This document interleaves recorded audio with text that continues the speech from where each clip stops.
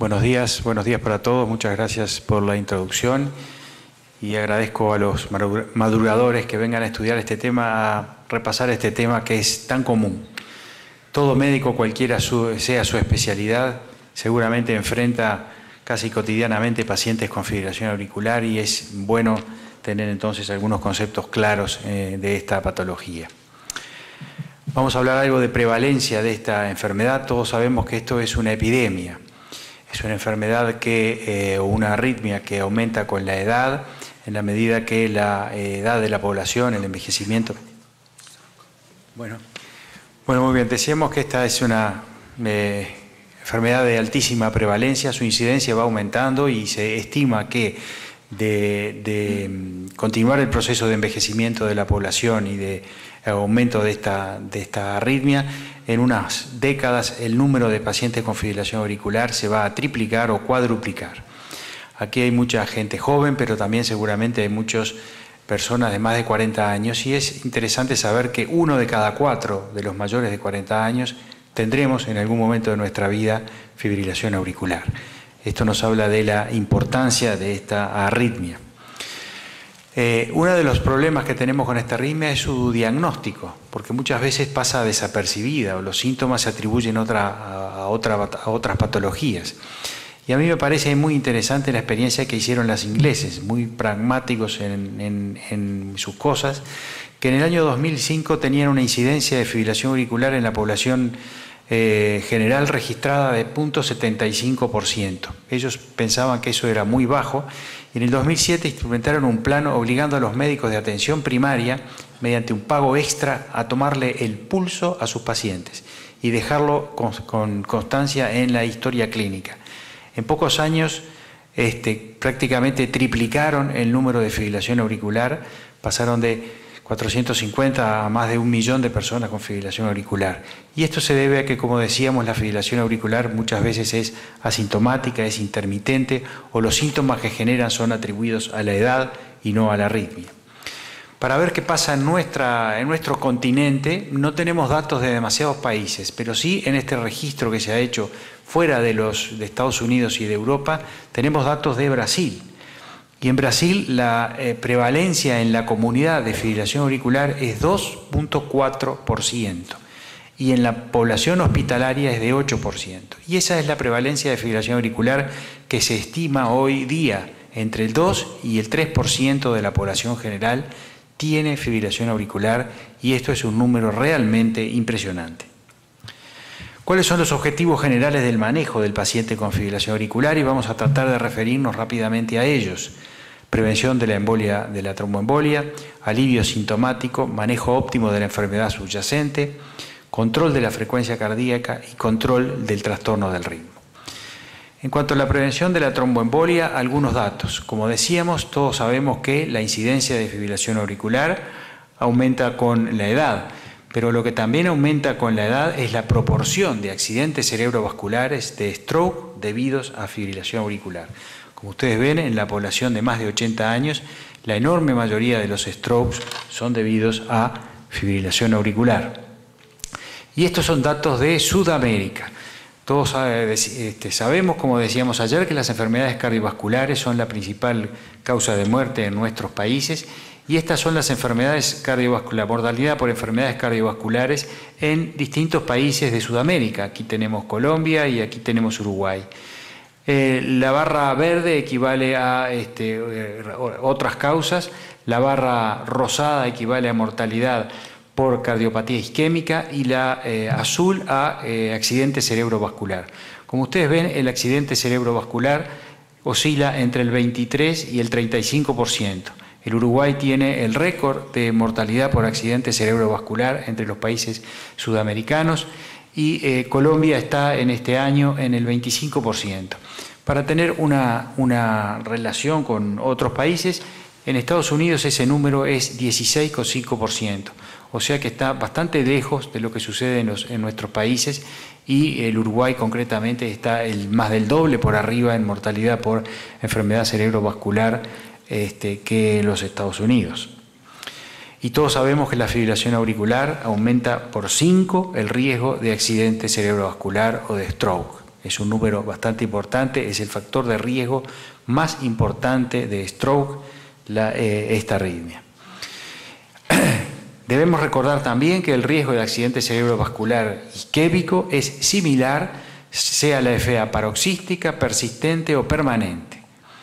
Que el riesgo es similar, sea la FA sintomática o asintomática. Pero además debemos recordar que los accidentes cerebrovasculares vinculados a fibrilación auricular son más graves. Son trombos más grandes que ocluyen arterias más grandes, principalmente del sector anterior, y que dan un infarto isquémico muchísimo más grande. Por lo tanto, dejan más secuelas, tienen mayor mortalidad. Y, por supuesto, tienen tendencia a la recurrencia. Y esto genera costos para el sistema sanitario, impactos sociales que realmente son asombrosos. Por lo cual podemos afirmar que el accidente cerebrovascular es la complicación más severa y devastadora de la fibrilación auricular.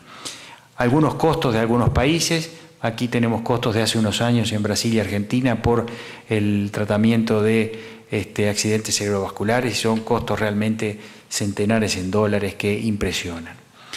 Y todos sabemos que tenemos medidas muy útiles para prevenir el accidente cerebrovascular en la fibrilación auricular, y una de las más útiles y que está disponible desde hace más de 50 años es la warfarina.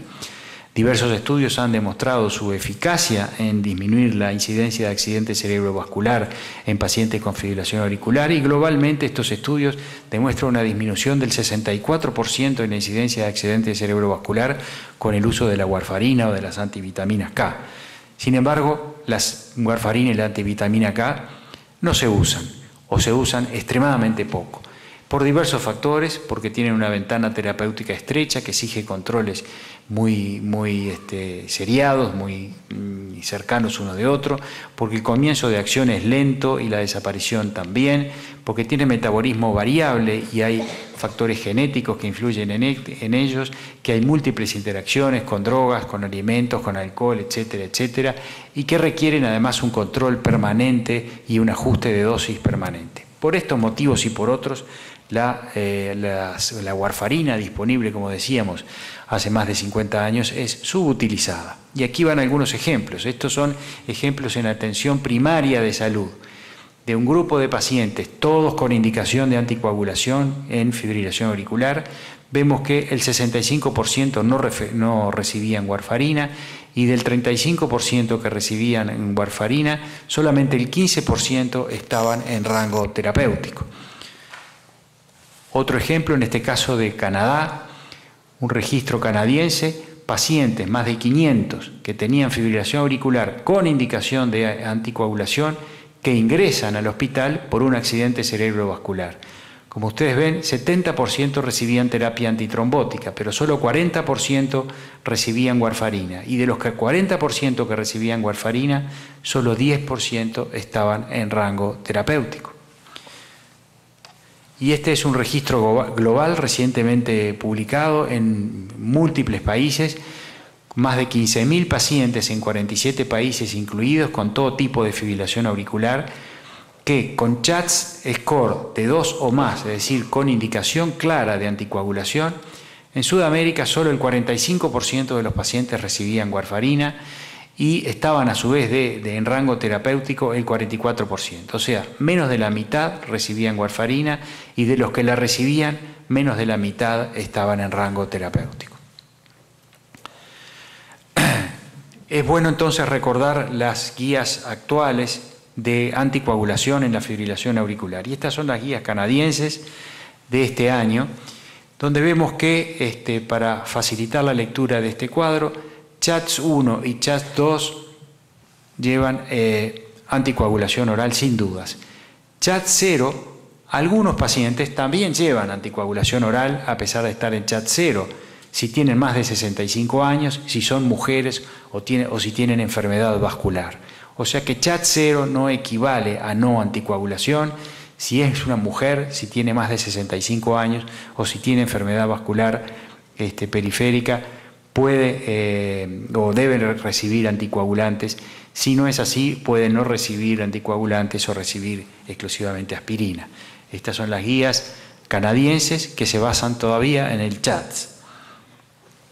Pero los europeos han establecido el CHAD-VASc, donde agrega otros factores de riesgo, agrega el sexo femenino, la presencia de enfermedad vascular, genera una categoría entre 65 y 75 años, etcétera, etcétera, que ha demostrado una mayor sensibilidad para definir a los pacientes que tienen menor riesgo, es decir, aquellos que tienen muy bajo riesgo de presentar un accidente embólico.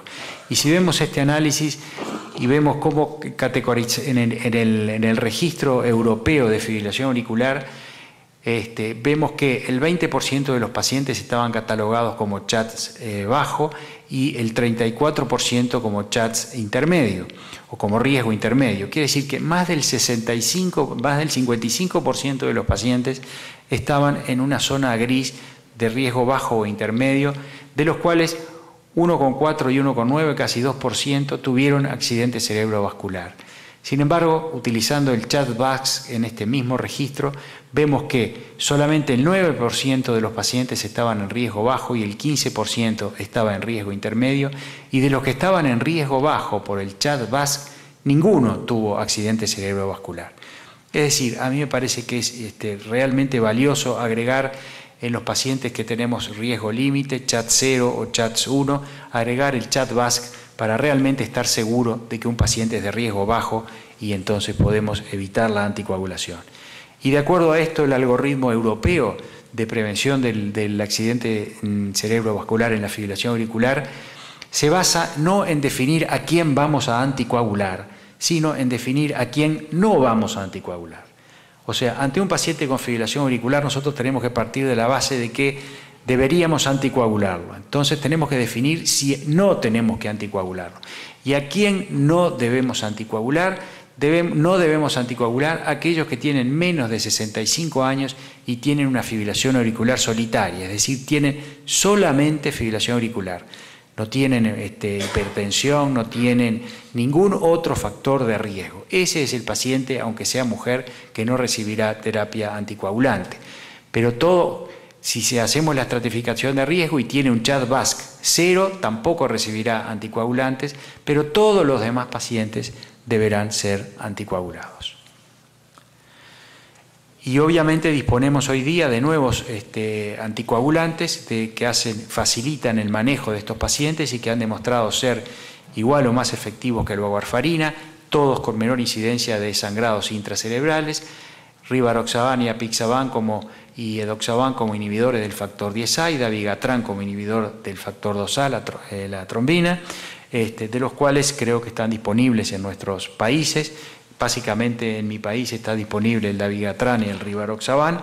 Cualquiera de esos puede ser utilizado fácilmente con resultados excelentes comparados con la warfarina y con mucha más adherencia y compliance del paciente para su uso. Vamos a referirnos brevemente a dos otros puntos, el alivio sintomático y el control de la frecuencia, que van muchas veces unidos. Es bueno recordar la clasificación de los síntomas en fibrilación auricular que hizo la Sociedad Europea de Arritmias, bueno para poder comunicarnos en las historias, y la escala consta de lo siguiente. En la escala 1, ERA 1 es el paciente que no tiene síntomas, ERA 2 que tiene síntomas leves, ERA 3 que tiene síntomas severos que interfieren con su actividad diaria y ERA 4 que tiene realmente síntomas discapacitantes por su fibrilación auricular. Para controlar la frecuencia ventricular son muy pocas las drogas que usamos y hay que utilizarlas correctamente. Si el paciente tiene insuficiencia cardíaca, los beta bloqueantes más menos digoxina son la droga de elección. Si el paciente tiene enfermedad coronaria, los beta bloqueantes, los anticálcicos o la combinación de estos tratamientos puede ser de utilidad. Y si el paciente no tiene ni insuficiencia cardíaca ni enfermedad coronaria, puede utilizarse cualquiera de estas drogas, beta bloqueantes, anticálcicos o digoxina o una combinación de ellas. Es decir, el control de la frecuencia farmacológico descansa en 3 drogas que debemos utilizarlas de una manera racional y a dosis adecuadas para controlar la frecuencia ventricular. Un estudio reciente demostró que concentrarse en tratar de demostrar clínicamente que la frecuencia está controlada no era mejor que controlar la frecuencia con drogas y guiarse por los síntomas del paciente. Es decir, no guiarse por el electrocardiograma, por el Holter, por el test de esfuerzo para ver si la frecuencia estaba bien controlada, sino simplemente por si el paciente tenía síntomas o no tenía síntomas, así tuviera 100 por minuto en condiciones basales. Este es un único estudio que ha generado algún tipo de controversia y que creo yo que debe ser confirmado en el futuro. Obviamente los síntomas son fundamentales para guiar el control de la frecuencia en un paciente con fibrilación auricular permanente, pero también es bueno saber que la frecuencia cardíaca se encuentra dentro de rangos aceptables. Y vamos finalmente a referirnos brevemente a la corrección del trastorno del ritmo. Todos sabemos que existen diversas drogas, pero que ninguna de ellas en el mediano o largo plazo es eficaz. Si bien la amiodarona es la más eficaz de las que tenemos, en el mediano y largo plazo tiene efectos colaterales y tóxicos que hacen que más del 50% de los pacientes en un lapso de 4 años deban abandonarla. Y vamos a repasar lo que dicen las guías actuales, europeas y canadienses, del control del ritmo en los pacientes con fibrilación auricular.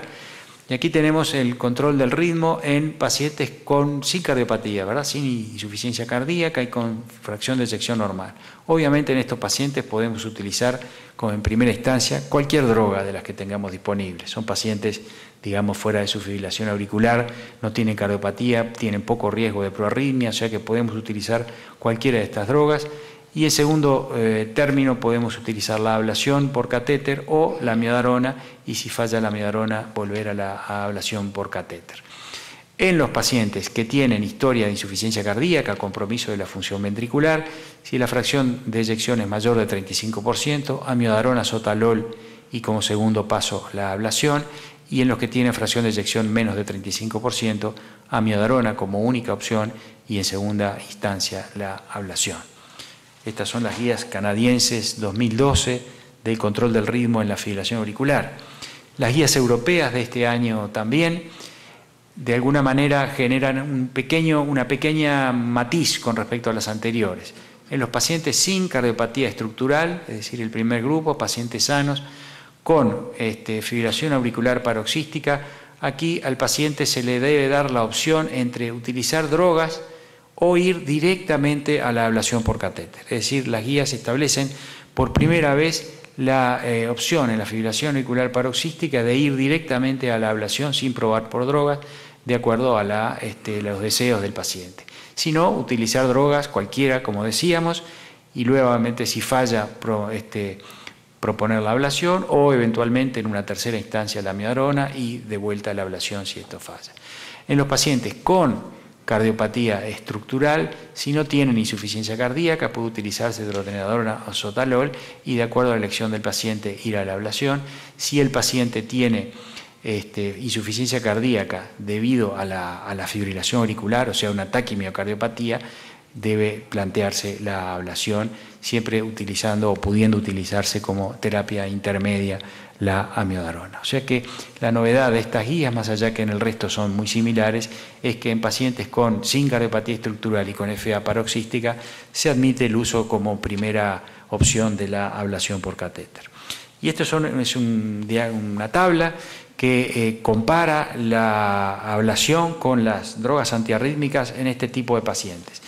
Como ven, son pacientes que tienen fibrilación auricular paroxística o permanente, paroxística o persistente, paroxística o persistente, es decir, son estos dos tipos de arritmias los que fueron evaluados. La técnica de ablación utilizada básicamente es el aislamiento de las venas pulmonares, pero en algunos centros se asoció otro tipo de terapias adicionales, además del aislamiento de las venas pulmonares.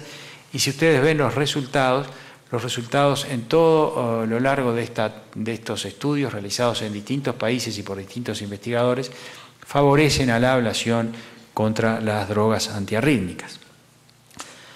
Y este es un estudio recientemente publicado también, el MANTRA fibrilación auricular paroxística, que se diseñó prospectivamente para comparar la terapia antiarrítmica con la ablación por radiofrecuencia como primera línea de tratamiento en la fibrilación auricular paroxística. Como ustedes ven en el gráfico de la derecha, la carga de fibrilación auricular y los síntomas disminuyeron y fueron netamente favorables al tratamiento intervencionista mediante ablación. Antes de llegar a esto, nosotros tenemos que tener conciencia en todos nuestros pacientes de adoptar las medidas preventivas,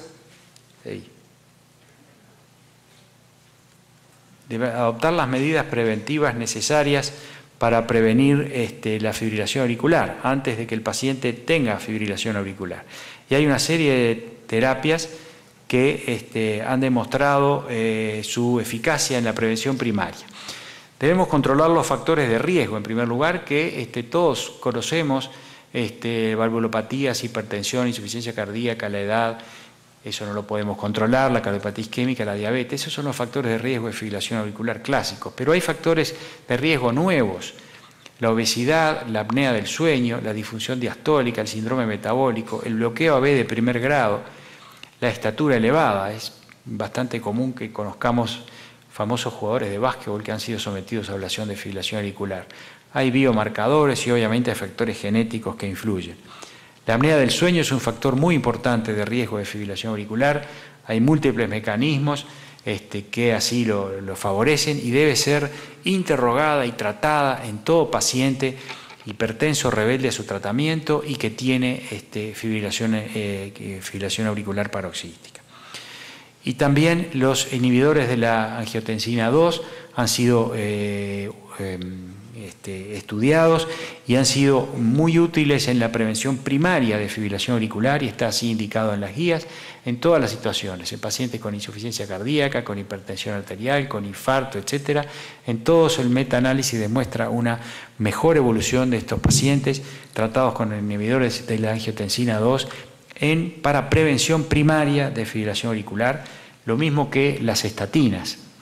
Las estatinas también han sido útiles en la prevención primaria de la fibrilación auricular en pacientes de riesgo. El futuro sin duda incluirá todas estas cosas que nosotros hemos hablado, pero incluirá también temas genéticos, aprenderemos más del sustrato eléctrico, del sustrato estructural, etcétera, etcétera, de factores ambientales y nos permitirá un mejor manejo de la fibrilación auricular en el futuro, sin duda. Muchísimas gracias por su atención.